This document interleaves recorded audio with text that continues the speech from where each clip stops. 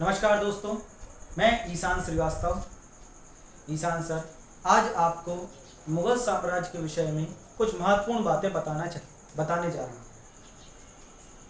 मुगल साम्राज्य जिसने हमारे देश में, हमारे जो भारत देश में, हिंदुस्तान पर सैकड़ों साल तक राज किया।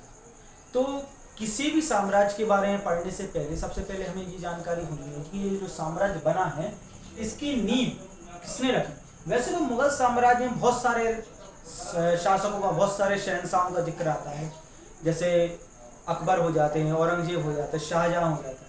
लेकिन जो इसका सबसे ज़्यादा मेन शासक की यदि हम बात करें, सबसे प्रथम शासक, तो वो कौन था? बाबर, जिसके बारे में हमें पढ़ना है पहले।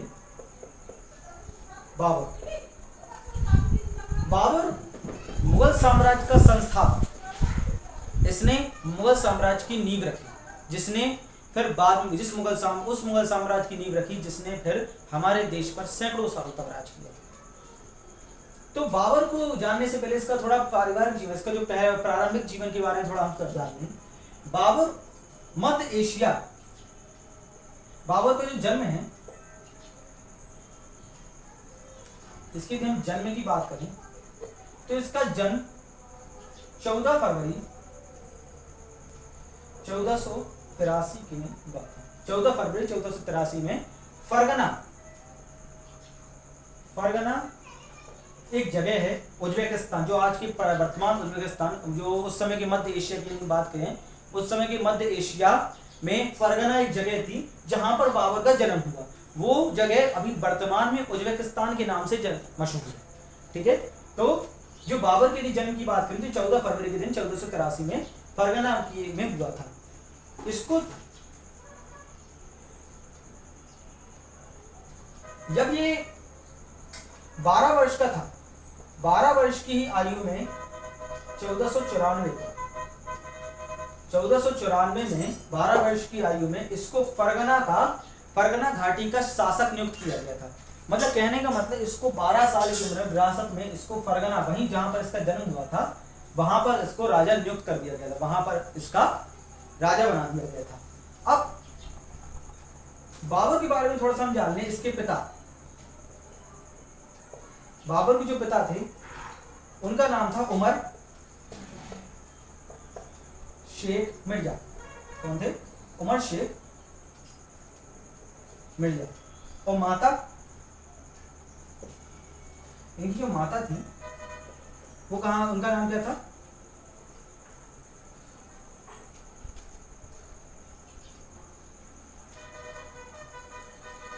कुतुलुग निगार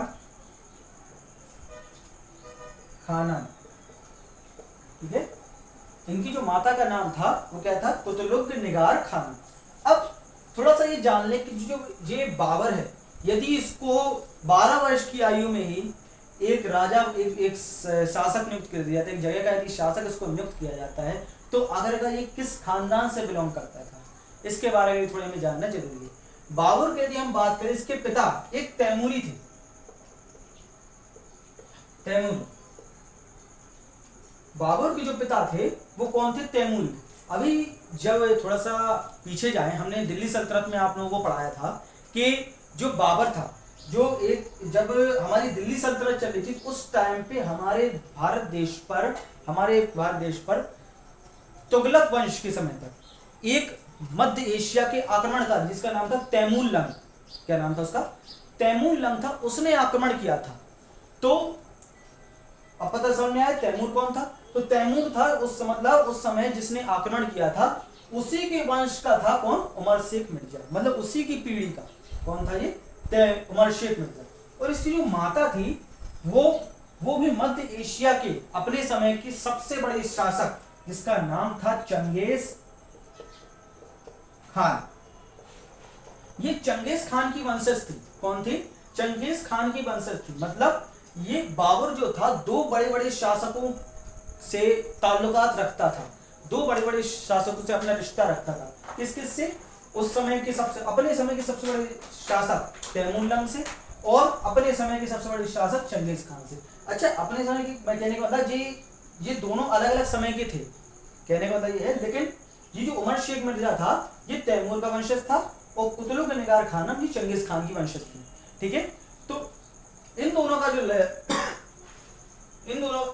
जो लड़का हुआ बाबर जो कि अपने माँ से ज्यादा उसका लगाव था, तो इसलिए उसने अपने साम्राज्य उसने साम्राज्य बनाया, उस साम्राज्य का नाम क्या रखा? मुगल साम्राज्य। तो क्वेश्चन बहुत बार ये आया है, क्वेश्चन ये भी बनता है कि आपका जो मुगल साम्राज्य, सबसे पहला क्वेश्चन क्या बना कि मुगल साम्राज्य का जो नाम है वो किसके नाम पर पड़ा? तो ये पड़ा है मंगोल के नाम पर, मंगोलों के नाम पर। मंगोल के नाम पर क्यों पड़ा? क्योंकि चंगेज खान जो था वो मंगोलियन था। कौन था? एक मंगोलियन था। इसीलिए क्या है, इसका जो मुगल साम्राज्य का नाम है वो किसके नाम पर पड़ता है? मंगोल के नाम पर पड़ता है। ठीक है, ना कि तैमूर के नाम पर, ना कि तैमूरियत के नाम पर। ठीक है, तो इतना सब क्लियर हुआ आपको? ओके, यस और नो? यस, ठीक है। तो इसके ये तो हो गया कि आपका जो मुगल साम्राज्य, मतलब कि मुगल साम्राज्य का संस्थापक और इसका नाम और इसका मतलब संस्थापना किस समय हुई, उसके विषय में हमने आप यहाँ पर आपको बता दिया। अब थोड़ा हम ये जान ले कि हमें मुगल साम्राज्य के बारे में किन किन चीजों पर ध्यान से पढ़ना है।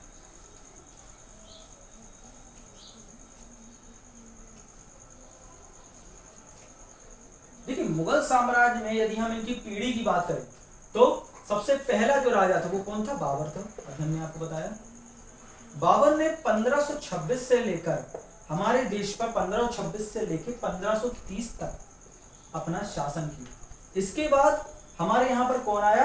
हुमायूं का शासन आया। हुमायूं ने कब से कब तक किया? हुमायूं का शासन 2 बार रहा। क्योंकि क्या रहा, हुमायूं के साथ थोड़ी घटना हुई। क्या घटना हुई अभी हम आपको बताएंगे। पहले इसका शासन रहा 1530 से लेकर 40 तक। 40 के बाद क्या हुआ, इसका शासन जो है इससे छीन लिया गया, मतलब इस पर आक्रमण करके किसने? शेरशाह सूरी ने। वो भी हम आपको पढ़ाएंगे। तो शेरशाह सूरी ने क्या किया था, इससे अपना इसका जो सल्तनत थी, इसका जो राजपाट था, इससे छीन लिया था। 1940 के बाद ये फिर इसने अपना जो साम्राज्य है किसका बनाया? 1556 से 1555 से 56 तक के बीच। मतलब ये जो टेन्योर रहा आपका 15 साल का, ये 15 वर्ष का जो कार्यकाल रहा हुमायूं का, ये एक अज्ञात के नाम से आप जान सकते हैं इसको। इसी दौरान जो अकबर है, अजीम शान शहंशाह जो जलालुद्दीन मोहम्मद अकबर है, उनका जन्म भी इसी समय में हुआ था। ठीक है, तो ये बात आपको नोट करनी है। 1530 से लेकर 40 तक पहले इन्हें शासन किया, फिर बाद में 1555 से लेकर 56 तक। अब और ये भी हम आपको बताएंगे 1555 में इन्हें अपना शासन कैसे सूरी वंश से, मतलब इस टाइम पे सूरी वंश रहा, जिस 15 वर्ष जो रहा सूरी वंश का शासन रहा, इनसे कैसे छीना। ठीक है, अब हुमायूं के बाद अगला नाम आता है आपका अकबर का। अकबर का जो टेन्योर रहा है वो 1556 से लेकर के 1605 तक का रहा है। कब से कब तक अकबर का टेन्योर रहा है? 1556 से लेकर 1605 तक का। ठीक है, अब अकबर के बाद कौन आता है? जहांगीर। जहांगीर कौन? जहांगीर मतलब अकबर का लड़का, इसका दूसरा नाम सलीम भी है। ठीक है, जहांगीर का दूसरा नाम क्या है? सलीम भी है। तो 1605 से लेकर इसका शासन कब तक रहा? 27 तक, 1627 तक। अगला जहांगीर के बाद इसका लड़का हुआ कौन? शाहजहां। ठीक है, शाहजहां ने अपना इसका शासन कहा 1627 से लेकर के कब तक रहा इसका? 1627 से लेकर कब तक? 1601 तक। ठीक है, इतना क्लियर हुआ। अब अगला कौन है? औरंगजेब।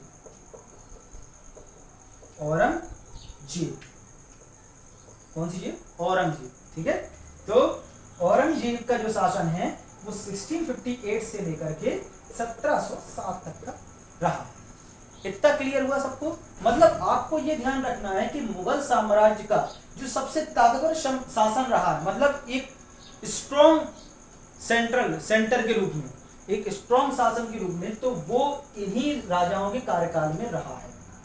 ठीक है, वैसे तो ये 1857 तक चला, लेकिन 1707 के बाद जैसे ही औरंगजेब की मृत्यु होती है, मुगल साम्राज्य का पतन स्टार्ट हो जाता है। मीन्स इसका डेक्लाइन।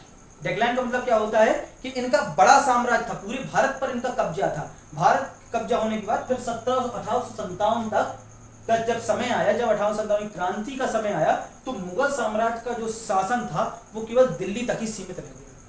कहने का मतलब ये है अलग अलग राजाओं से, अलग अलग जगहों से, मान लो गुजरात से, उत्तर प्रदेश से, अवध से, बंगाल से, इनका शासन धीरे धीरे करके हैदराबाद से इनका चला गया।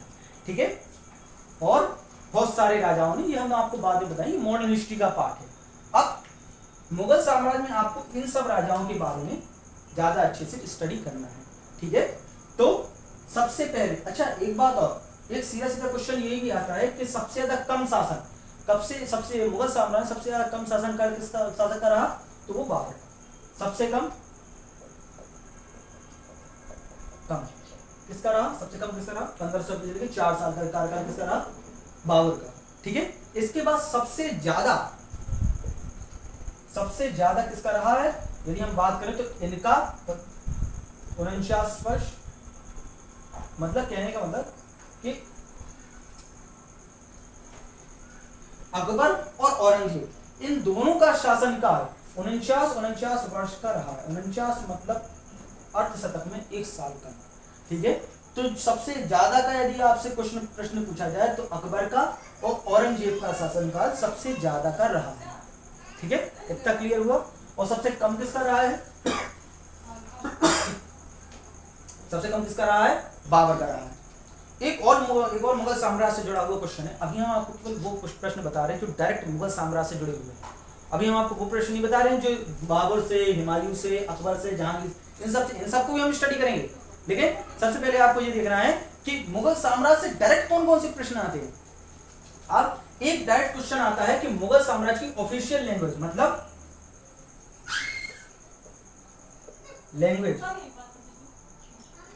मतलब इनकी कार्यकारिणी भाषा, मतलब इनकी जो कागजी भाषा कौन सी थी, इनकी कागजी भाषा फारसी थी। कौन सी थी, फारसी। कौन सी भाषा थी, फारसी। तो ये आपको याद रखना है कि मुगल साम्राज्य की ऑफिशियल लैंग्वेज कौन सी थी, फारसी। अच्छा ये ध्यान रखना, ये आपके नोट्स नहीं है, ये हम आपको रिवीजन के रूप में करा रहे हैं। नोट्स तो वो होते हैं जो नोट्स हम आपको बोल के लिखवाएंगे। ठीक है, इतना क्लियर हुआ। तो नोट्स ये आपका क्या है, रिवीजन करवा रहे हैं हम कि आपका जो नोट्स आप इससे स्टडी इसके माध्यम से स्टडी करेंगे तो जो बड़े बड़े नोट्स आप लिखते हैं वो आपको आसानी से लर्न हो जाएंगे। ठीक है, तो ये ध्यान, ऑफिशियल लैंग्वेज क्या थी इसकी, फारसी। इतना क्लियर हुआ। अब हम बात करते हैं बाबर की। ये ठीक है, इसका जिसको स्क्रीनशॉट लेना है वो स्क्रीनशॉट ले सकता है।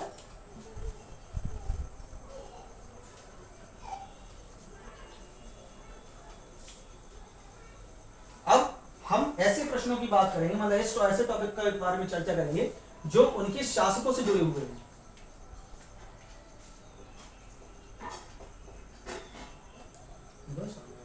अब सबसे पहला शासक कौन, बाबर। बाबर के प्रारंभिक जीवन के बारे में आपने आपको बता ही दिया है। और इसके यदि हम भारत में क्वेश्चन आपका क्या आता है, क्वेश्चन सबसे पहले तो इसका जो प्रारंभिक जीवन और भारत में इसकी क्या स्थिति, इससे संबंधित क्वेश्चन आते हैं। इसके बीच में जो कुछ हुआ है, मान लो उज्बेकिस्तान में इसका जीवन कैसा बीता है, परगना में इसका जीवन कैसा बीता है, वहां पर से क्यों भाग कर आया, इन सबसे कोई क्वेश्चन नहीं पुटअप किए जाते हैं। आपका क्वेश्चन किससे पुटअप किया जाएगा कि आपका जो बाबर है, ये जो बाबर है इसकी भारत में स्थिति क्या रही। तो बाबर से जुड़े हुए महत्वपूर्ण युद्धों के बारे में यदि हम बात करें तो 1526 में प्रथम युद्ध इसका कौन सा था, पानीपत का युद्ध। पानीपत का प्रथम युद्ध किससे हुआ था जी, पानीपत का प्रथम युद्ध किससे हुआ था, इब्राहिम लोदी से। इब्राहिम लोदी, ये लोदी वंश का अंतिम शासक था, दिल्ली सल्तनत का भी आखिरी शासक था, क्योंकि लोदी वंश हमारे दिल्ली सल्तनत का आखिरी वंश था और इब्राहिम लोदी उसका शासक था अंतिम। ठीक है, तो 1526 में इसका प्रथम युद्ध किससे हुआ था, इब्राहिम लोदी से हुआ था।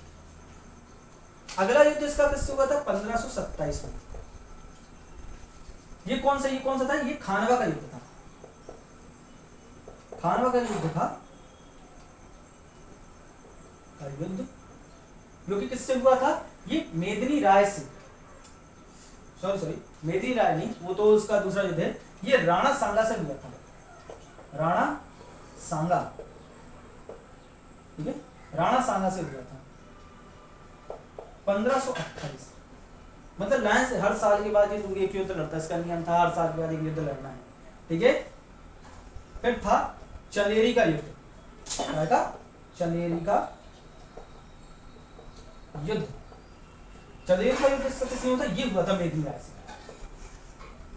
मेदिनी राय से, ठीक है।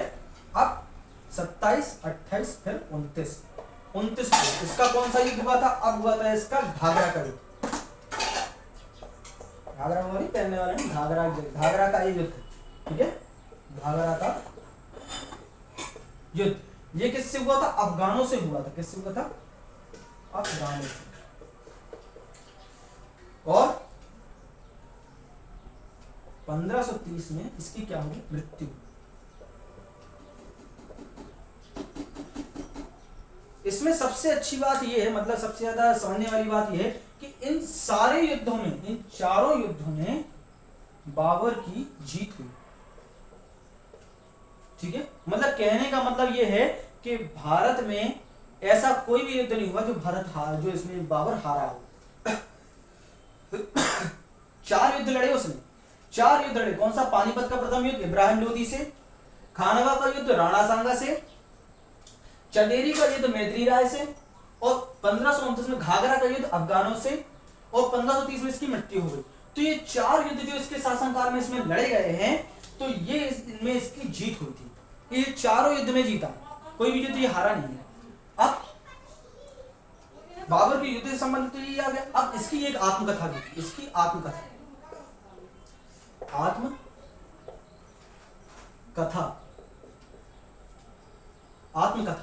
आत्मकथा क्या, इसकी आत्मकथा का नाम क्या था, बाबर नामा। क्या नाम था इसका, बाबर नामा। कौन सा नामा, बाबर नामा। तो बाबर की जो ऑटोबायोग्राफी थी, मतलब बाबर नामा, ये कि इसका नाम क्या था, बाबर नामा। अब ये लिखी किस में गई थी, ये तुर्क में लिखी गई थी। किस में लिखी गई थी, तुर्क में। कुछ अजीब लग रहा है, नहीं लग रहा है? इसकी आत्मकथा इसने किस में लिखी, तुर्क में। लेकिन अभी हमने आपको बताया इनकी ऑफिशियल लैंग्वेज क्या थी, थोड़ी देर पहले भी बताया इनकी ऑफिशियल लैंग्वेज क्या थी, फारसी थी। क्या थी, फारसी। तो ये फारसी ने क्यों लिखी? तो ये बहुत इंपॉर्टेंट क्वेश्चन है। ये बहुत इंपॉर्टेंट क्वेश्चन इसलिए है क्योंकि पूरे मुगल काल में इकलौते बाबरनामा एक ऐसी थी जो तुर्क में लिखी गई थी। कौन सी? इकलौती ऐसी किताब थी जो तुर्क में लिखी गई थी, वो भी उसकी खुद की आत्मकथा। ठीक है, बाकी जितने भी आपकी रचनाएं होंगी अब वो सारी फारसी में होंगी। फिर बाद में आत्मकथा इसकी बाबरनामा तुर्क में लिखी गई थी। फिर इसका जो अब्दुल रहीम खाने खाना, अब्दुल रहीम खाने खाना, बड़े बड़े ना, अब्दुल रहीम खाने खाना ने इसको तुजुके बाबरी, तुजुके बाबरी ये किताब रखी, तुजुके बाबरी। ये किसमें लिखी गई थी? फारसी में, फारसी। अच्छा, लिटरेचर से जुड़े हुए जितने भी क्वेश्चन होते हैं हिस्ट्री में बहुत ज्यादा इंपॉर्टेंट होते हैं। हिस्ट्री लिटरेचर से जुड़े हुए हो, चाहे रिलीजियस से जुड़े हुए हो, युद्ध से संबंधित क्वेश्चन तो बहुत कम आते हैं। सबसे ज्यादा लिटरेचर से जुड़े हुए क्वेश्चन आते हैं। देखो, बाबर की जो एक है बाबरनामा और एक है तुजुके बाबरी, इन दोनों में अंतर क्या है? इन दोनों में अंतर बहुत है। देखो क्या है, बाबरनामा एक आत्मकथा है। क्या है? आत्मकथा। आत्मकथा का मतलब क्या होता है? वो व्यक्ति खुद लिखता है। ठीक है, वो जो व्यक्ति होता है वो खुद लिखता है, जबकि तुजुके बाबरी एक क्या है? बायोग्राफी है। ठीक है, बायोग्राफी मतलब किसी का चरित्र के बारे में लिखना। बायोग्राफी और ऑटोबायोग्राफी में अंतर है। बायोग्राफी मतलब हम किसी के बारे में, जैसे हम हैं, यदि मान लो हमें किसी के जीवन के, यदि मान लो एग्जाम्पल के रूप में हम क्या कर रहे हैं, जो रिंकू सर है अपनी, मतलब रिंकू सर के बारे में हम कुछ लिख रहे हैं, तो वो हम हो जाएगा कि उनकी बायोग्राफी हम लिख रहे हैं। अब यदि रिंकू सर खुद अपनी कथा लिख रहे हैं, मतलब खुद अपने बारे में लिख रहे हैं, तो वो उनकी आत्मकथा हो जाएगी। ठीक है, इतना क्लियर हुआ? अब तो अब्दुल रहीम खान ने तुझो के बाबरी लिखी थी, वो इसी बाबरनामा का ट्रांसलेशन था किसमें? फारसी भाषा में। किसमें था? फारसी भाषा में। फारसी भाषा में। तो आज के लिए बाबर के बारे में इतना ही। इसका जो अगला पार्ट है वो मैं बहुत जल्दी ही आपको बना के दे दूंगा। बाबर के बाद हमें सारे जो मुगल एम्परर हैं उनके बारे में स्टडी करना है। बाबर के बाद अभी क्या है, इस बाबर का तो देखो क्वेश्चन और होंगे, मैं आपको बाद में ही बता दूंगा। वैसे मुझे लगता है इसके अलावा और कोई क्वेश्चन बाबर से आता है। एक क्वेश्चन और आता है कि बाबर ने सबसे पहले आक्रमण कहाँ किया था? तो 1519 में उसने की जगह थी वहां पर आक्रमण किया था। तो ये आपके क्या है कि एसएससी से जुड़े हुए, जो एसएससी की आप तैयारी करते हैं उसमें इससे ज्यादा हटके कोई ज्यादा क्वेश्चन नहीं आएगा, ठीक है, बाबर से संबंधित। ओके, तो आज की ये क्लास इतनी ही पे समाप्त की जाती है।